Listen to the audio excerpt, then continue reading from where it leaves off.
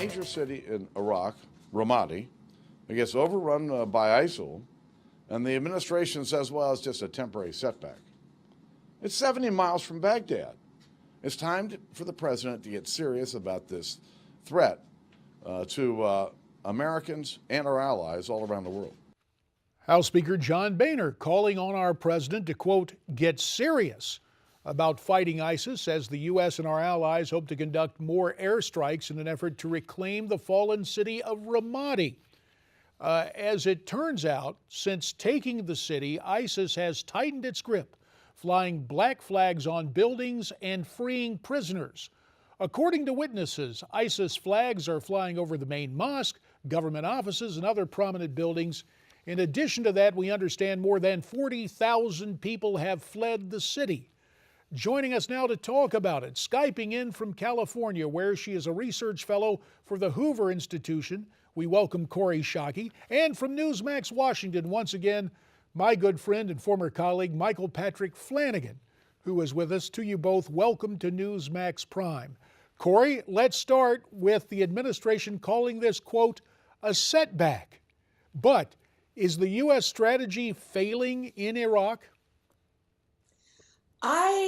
Yes, U.S. strategy is failing in Iraq. And the main reason is that the president's approach requires an enormous amount of time, years to succeed. And we just don't have that kind of time. Michael Patrick Flanagan, you spent time in Iraq with the State Department. You're also an Army veteran. Compare and contrast what Iraq was like when you were there with what we're seeing now. When we were there, while the Iraq War may not have been incredibly popular here, it was unbelievably popular there. We got rid of Saddam Hussein, and we straightened them up, and we gave them a chance to build a constitution, get their country moving in the right direction. We gave them peace. We left, and we promised that we'd come back if they were invaded, and we lied. We didn't come back. Well, we've coordinated something here and there, but we haven't come back the way that they expected and the way we promised. Instead, we've allowed proxy armies and others to go in, and that we have tried to somehow take ownership of, but we really don't have any ownership of. And they're not capable of controlling the situation. It's going to take our involvement before it's over, and the longer it takes, the bloodier it's going to be. Kori, of course, much has been made of our president referring to ISIS as the JV team, but it is a very brutal, quote, JV organization. We understand that in addition to occupying Ramadi, civilians are being killed, thus all the refugees on the road to get out of there.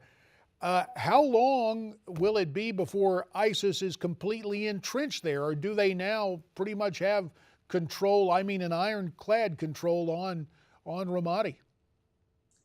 I think they're pretty close to ironclad control for two reasons. First, the Shia-led government in Iraq has given the Sunni in Ramadi very little reason and very little ability to defend themselves. And second, because there's the people who are, when the president says these guys are the JV, that's not only inaccurate, it's insulting to those 30,000 people running for their lives out of Ramadi because they know what ISIS will do to them. And we are seeing scenes of those people trying to get out of Ramadi. Mike Flanagan, you spoke earlier about how popular the war was with Iraqis. And of course, there was also a task there to help the Iraqi Defense Forces get trained up and have the equipment. And yet we are hearing accounts that that defense force, well, it basically has failed. Got about 1:30 remaining. What's going on with our efforts to help train up the Iraqis? Well, I think most Americans have trouble with the Iraq War, not so much as getting rid of Saddam Hussein, but the 8 or 9 years we spent in the Reconstruction, which was a train wreck from beginning to end. I did 2 years in Iraq with the Reconstruction, and we did a terrible job.